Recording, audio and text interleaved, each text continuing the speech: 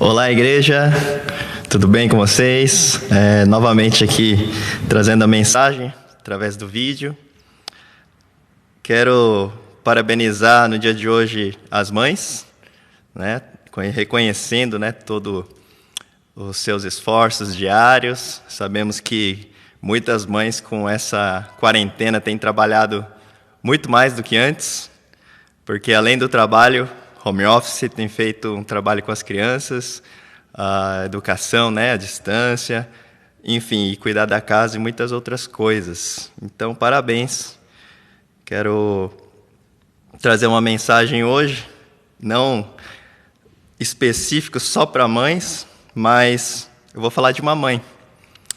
Vou falar de uma mulher, de uma mãe, e espero que possa abençoar e edificar a vida de todos vocês que está em casa nesse momento.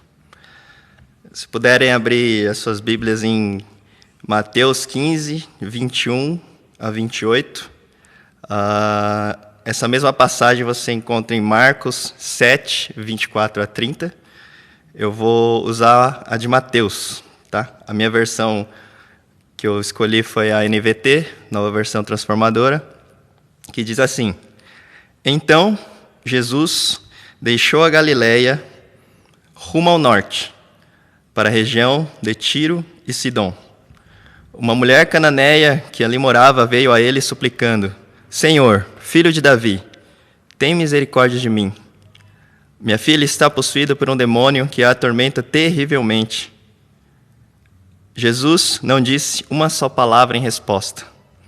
Então os discípulos insistiram com ele: Mande-a embora. Ela não para de gritar atrás de nós. Jesus disse à mulher: Fui enviado para ajudar apenas as ovelhas perdidas do povo de Israel. A mulher, porém, aproximou-se, ajoelhou-se diante dele e implorou mais uma vez: Senhor, ajude-me. Jesus, porém, respondeu: Não é certo tirar a comida das crianças e jogá-la aos cachorros. Senhor, é verdade, disse a mulher.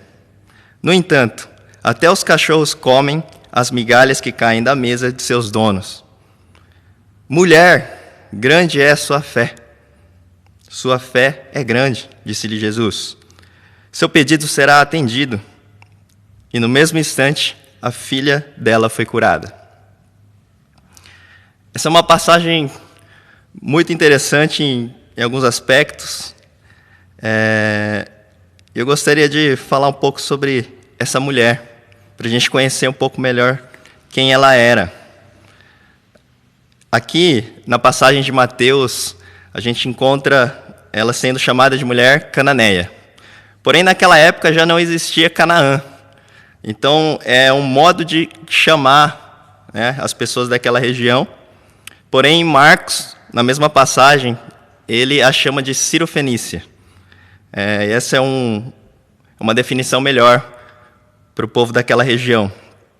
Então, sendo ela uma mulher cirofenícia, ela é uma mulher gentia, ou seja, ela não foi criada, educada como o povo judeu. Ela não pertencia ao povo judeu, aos filhos de Israel, ao povo de Israel. Ela não seguia as leis de Moisés, os costumes judeus, e não adorava ao mesmo Deus, ao nosso Deus. E aí no verso 21, primeiro verso, né, Jesus ele deixa a Galileia, parte rumo ao norte e chega àquela região, Tiro e Sidom. Naquela ocasião, Jesus ele queria ter uma intimidade e um tempo maior para ensinar os discípulos em particular, e também aproveitar para evitando a oposição que ele encontrava na Galileia. Por isso ele retirou para as regiões mais interiores. Ele passou por Fenícia, Decápolis, Cesareia de Filipe, litoral nordeste, por aquela região. No verso 22. No verso 22 é quando a mulher vai suplicar, né, ao Senhor.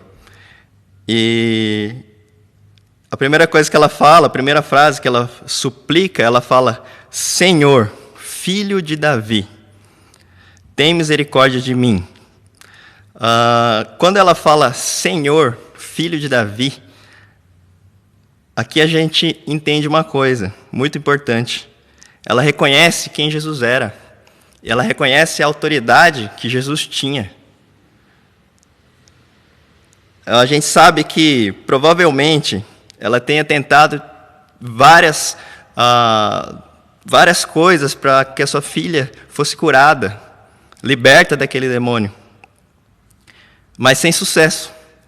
E ela, sabendo que Jesus estava passando ali perto, ela foi atrás de Jesus. Ela reconheceu quem Jesus era e ela sabia que só Jesus poderia curá-la. E ela foi atrás suplicando, né? Aqui a gente entende outra coisa. A mulher cananeia, ou Sírio-Fenícia, ela estava passando por um momento de grande aflição. Pela atitude dela, como ela vai suplicando atrás de Jesus. E ela fala do problema. Minha filha está possuída por um demônio que a atormenta terrivelmente. E aqui eu quero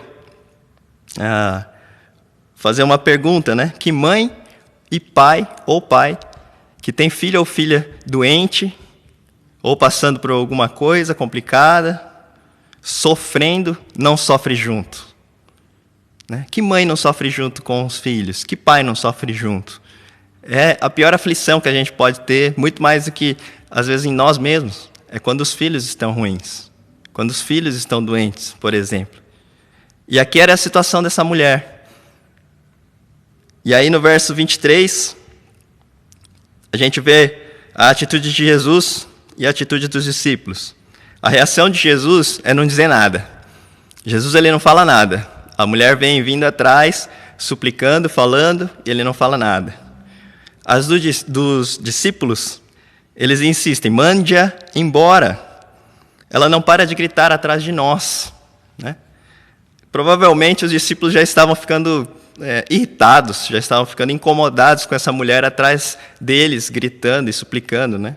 Manda essa gente embora, o que ela está fazendo?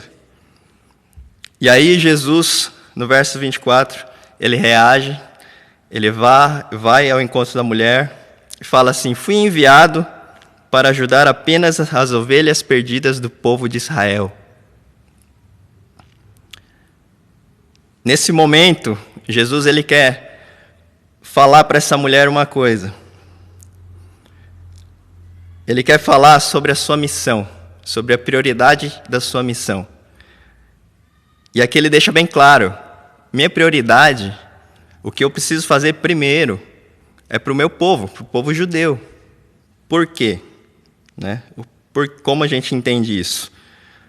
O povo judeu, o povo de Israel, ele tinha aliança com Deus. Logo, o Messias, o Cristo, também precisa cumprir essa aliança, porque ele é o próprio Deus. Ou seja, o povo de Israel tinha uma aliança com Deus. Então, primeiramente, a missão de Jesus era para com esse povo. Os evangelhos, eles relatam outras situações que Jesus curou, que Jesus fez milagres com pessoas que não são do povo de Israel. Não é só esse caso, tem outras passagens. Mas ele está dizendo que a prioridade dele é o povo judeu. E ao mesmo tempo, ele está testando aquela mulher. No verso 25, a reação da mulher. A mulher, porém, aproximou-se, ajoelhou-se diante dele e implorou mais uma vez, Senhor, ajude-me. Você percebe que a mulher, ela dessa vez, a reação dela, ela vai ao encontro de Jesus e se ajoelha. Ela se humilha na frente de Jesus e pede ajuda novamente. Senhor, ajude-me. E aqui a gente vê essa reação desesperada, mas é uma reação de total submissão a Cristo, de total submissão ao Senhor. E cada vez mais ela entende que Jesus é a única esperança que ela tem. Ela já deve ter tentado várias outras coisas, como eu falei, mas não teve sucesso, mas ela encontra esperança em Cristo. E ela faz de tudo para alcançar, para conseguir o favor de Cristo. E aí no verso 26, Jesus responde, não é certo tirar comida das crianças e jogá-la aos cachorros. quando a gente lê isso pela primeira vez, eu não sei vocês, mas a minha reação foi, eu fiquei pensativo. Eu falei, o que Jesus quis dizer com isso? Né? E aqui a gente precisa entender alguns pontos. Quando Jesus fala de cachorros ou cachorrinhos, em outras versões, a maioria das versões está escrito cachorrinhos. Se você pegar no original da palavra, ele estava se referindo a cachorros de estimação, animais de estimação, pequenos animais. Por que isso é importante? Porque quando ele fala para a mulher ela entende dessa forma. Então, naquela época, não é igual à época que nós vivemos hoje, que todo mundo tem um pet dentro de casa. Né? Naquela época era raro, algumas pessoas só que tinham o pet dentro de casa. Quando ele fala essa frase, quando ele fala isso para ela entende dessa forma. Peraí, ele está falando dos pets, dos cachorros que estão ali dentro de casa. E ele novamente reforça qual é a sua missão. Da mesma forma que ele falou na primeira frase, ele fala novamente, eu vim para o povo de Israel. Essa é a prioridade. E aí no verso 27, a mulher ela tem uma reação e uma resposta surpreendente, que surpreende a todos nós, surpreende a Jesus. Ela fala, Senhor, é verdade. No entanto, até os cachorros comem as migalhas que caem da mesa de seus donos. Aqui a mulher ela está afirmando que ela entendeu. Não, Jesus, eu entendi o que você quer dizer. Eu entendi qual é a tua prioridade, qual é a tua missão. Mas o que eu estou pedindo para você é só uma pequena porção. É só uma migalhinha que cai da mesa durante uma refeição. É só isso que eu preciso. Porque eu sei que só com isso, com essa migalhinha, de quem você é, que você é a fonte de vida, eu tenho certeza que a minha filha pode ser curada. É isso que eu estou pedindo, Senhor. Eu sei que esse pouquinho é mais do que o suficiente para curar e transformar a vida da minha filha. E, por fim, no último verso, Jesus responde à mulher. Ele fala, mulher, sua fé é grande. Seu pedido será atendido. E no mesmo instante, a filha dela foi curada. Jesus aqui ele faz um elogio e ainda cura a filha dela. Nesse mesmo instante, aquela mulher alcançou a misericórdia de Deus. E a filha dela foi curada. Diante dessa passagem, eu gostaria de deixar 3 pontos das atitudes e do exemplo de fé que essa mulher nos ensina. O primeiro ponto é, precisamos nos humilhar diante do Senhor. Precisamos reconhecer qual é o nosso lugar diante de Deus. Precisamos entender claramente como aquela mãe desesperada entendeu. Né? Ela entendeu que Jesus era a única esperança e ela colocou todos os esforços nela em Jesus. Precisamos entender que Jesus ele está sempre conosco. E Ele é o nosso Senhor. Como ela entendeu? Ela entendeu que Ele era Senhor, que Ele era uma autoridade e que Ele poderia fazer um milagre.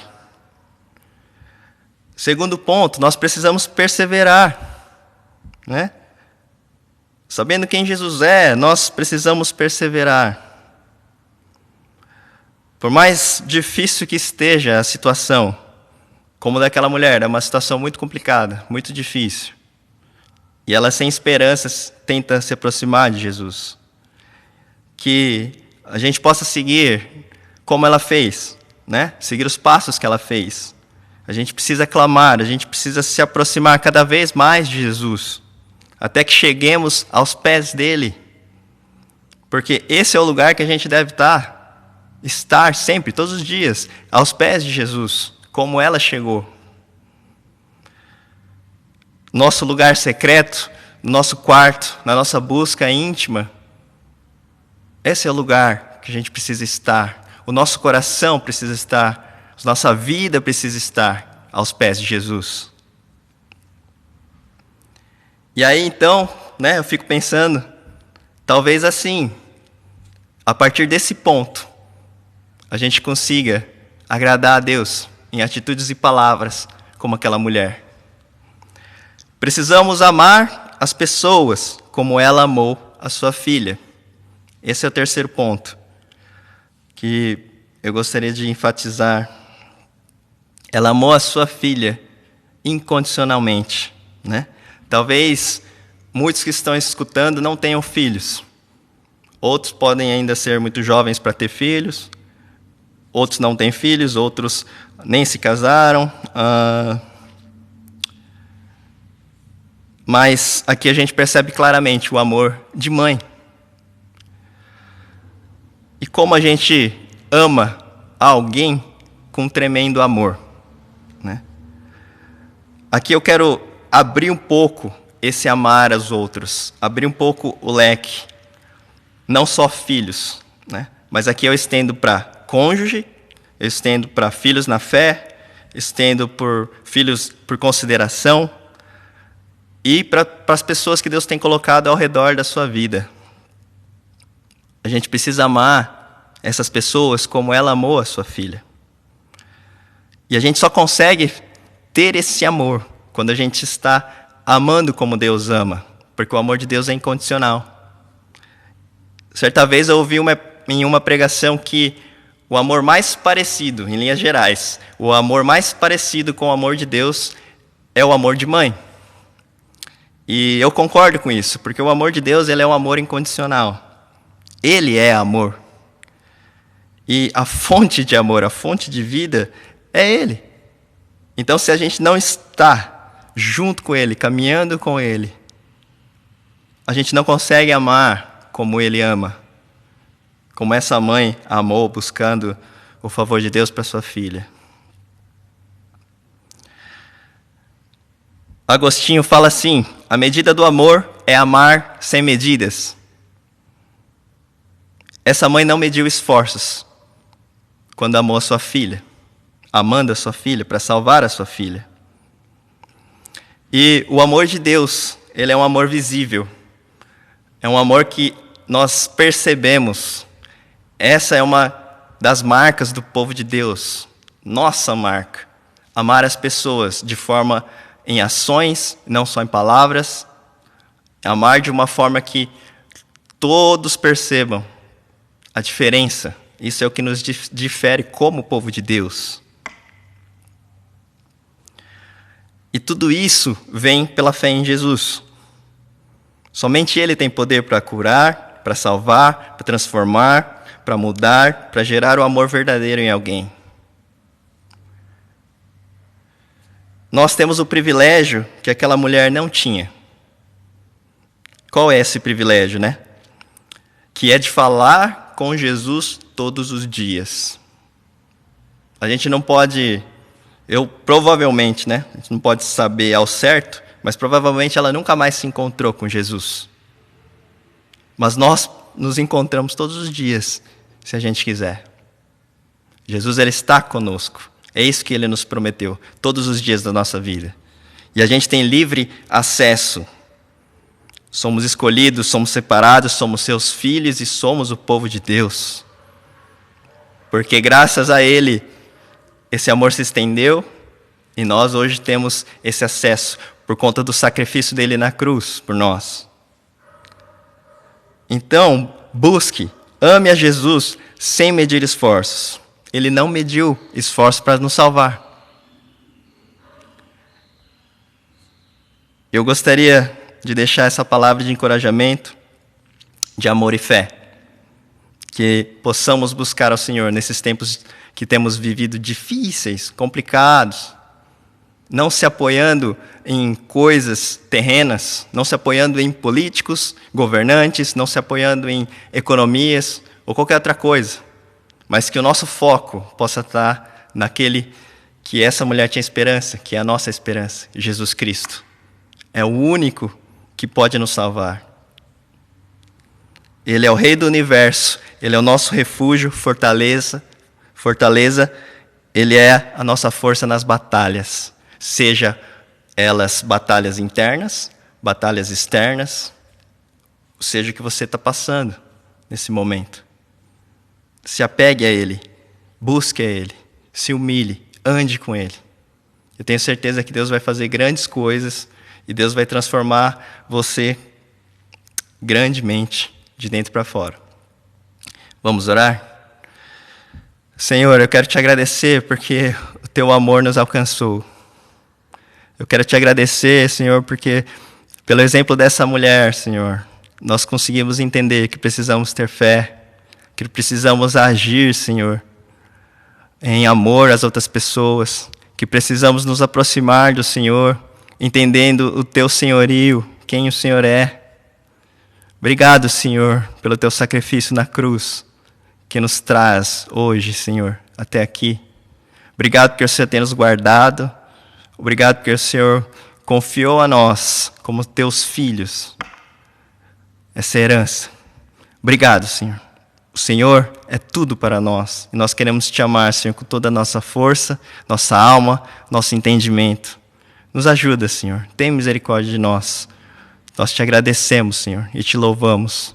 Em nome de Jesus. Amém.